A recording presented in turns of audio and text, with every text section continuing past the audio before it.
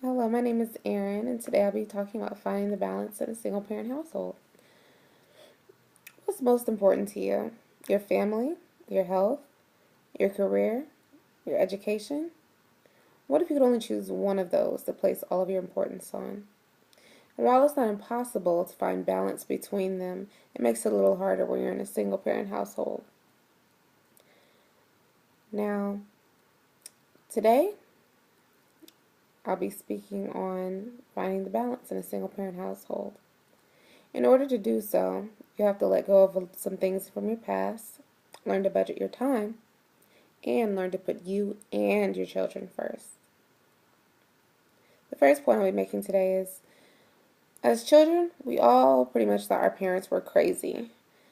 Some maybe just a little crazy, some maybe a lot of crazy. But as we've grown up, we realize that they're only human, just as we are. And as parents ourselves now, we have to educate ourselves on the best methods of parenting so our children will be better equipped when they're entering the real world from their parents' house like we once had to. Have you ever been so embarrassed by your child in public that maybe you thought you were doing something wrong?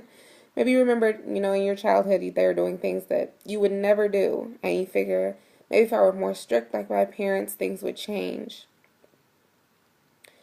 Well, in 2008, 1,740 children under the age of 18 died as a result from maltreatment. We have to learn to take the good with the bad. We don't have to be exactly the same as our parents, but we can learn from the way that they raised us and keep in mind what worked and what just did not work. And that way we can adjust accordingly. And although I'm at some point every single parent, and maybe even some happily married parents, I've had the quick thought cross their mind of what would happen if I just walked out of the door into the sunset and never came back? Would I really be as happy and free as I think I would feel? But we're bound by love and our responsibility to not be the absent parent. In order to keep our sanity, or just reduce the amount of time that thought may cross your mind, a balance has to be achieved. Single parenting itself is going to affect the amount of time that you have to spend with your children, and it also is going to disrupt relationships between family members, especially from the other parent side of the family. Remember not to spread yourself too thin. And while the fact that you don't have to be around your in-laws may seem very appealing, they could be a big help to you. So remember that, maybe an aunt or an uncle or your children's grandmother could spend time with them and give you a little free time to find a little bit more balance in your life as a single parent. Or maybe even the days where you're just overwhelmed from work.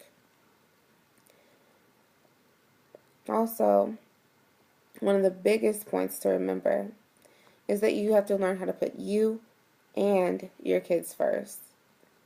The best way I've ever heard it told is if you're in a desert and you've had enough nourishment for only one person and you have a child with you, who would you give the nourishment to? Well, pretty much the majority of us would say we would give it to the child. They're younger and weaker. But that will be said out of foolishness. Because you are the stronger person and responsible for getting you both out of the desert. So if you're weak, then neither one of you would make it. So as this relates to your household and children, do not always give yourself the short end of the stick. Although you may have maxed out your babysitter time by just attending work and school, use a sitter some days just to have time to take a nap or run some errands or even catch a date. You should never let your health fade because you're overworked and stressed. If you work multiple jobs and attend school, take a vacation week. Plan it out as far as possible to make sure that you've budgeted for it. And take some time for you. If you're less stressed, you can have a better handle and presence and influence in your household. You won't do a lot of things out of built up aggression. So in conclusion, over the past 20 years, The number of nuclear families has decreased and single parent households have increased greatly. Although we have hope for our family to consist of ourselves, our spouse, and our 2.5 children and a dog, sometimes we find ourselves caring for a lot more people with a lot less income. Finding balance is hard, but not impossible. It puts strain on us as a caregiver and to the children living in a home of an overworked parent.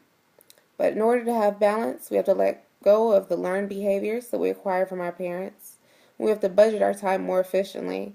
And remember that our role as a parent is more important in our household than our kids' role because we're the glue and the framework that keeps the operation in motion. Thank you.